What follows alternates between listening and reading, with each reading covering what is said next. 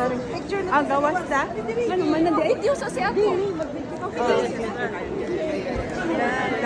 Nag-graduate ngayon, mga postgraduate na mga nurses. Ayan, Katrina nag-graduate kasi si Katrina. So, ang daming nag-graduate kasi by ano sila, by batch. So, yung iba tapos na. Si Katrina, umana ka na suluhan, Kat? Suluhan kaya lang ano, kawat-kawat niya, ngit-ngit. Nagawa naman. Kanya na lang sa gawa. Ikaw daw, mag-picture ng kat-kat. Kung Dito ka po. Okay na sila. Mana ka diha? Oo. Si Katrina, naka-toga. Ang daming nag-graduate na matatalino. Matatalino na mga nurses, nag-postgrads.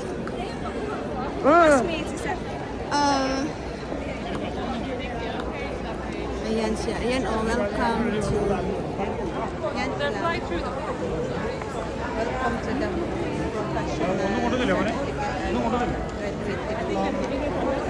conferring ceremony. So, ayan.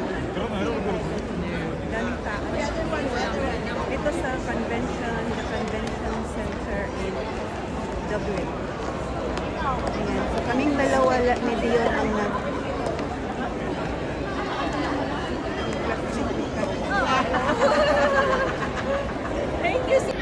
kaming dalawa ni Dion ang nag-attend para kay Katrina. Ito, dalawa lang na tao ang pwedeng mag-attend. Ayan na, wala na. Dali, dali, picture. Oh, ikaw, sige, dali, doon. Sige, dali, ayaw, hawak ka. Asan ko na lang ka? Wala na. Di naman. Akyat na kami.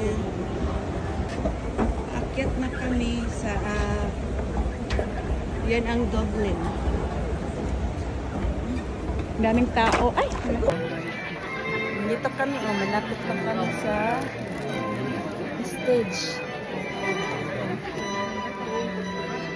Yan, doon na si Kapkat. Yan na anuhan ng lalaki. Diyan lang pala sila naupo.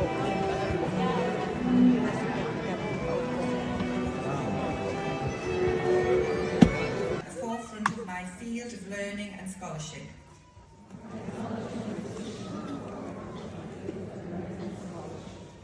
I understand my responsibility to use this learning to contribute and lead in my community.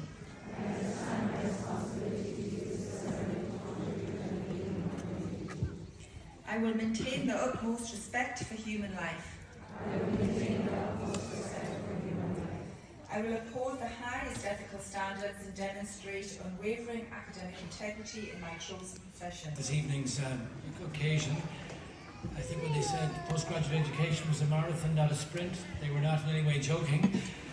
Can I ask you all perhaps to stand up for the last time and maybe turn and face your family, friends, supporters, children, and give them a round. Tapos na ang graduation, 1 hour lang naman graduation. Ang inaantok na, walang tulog, medyo. Ha?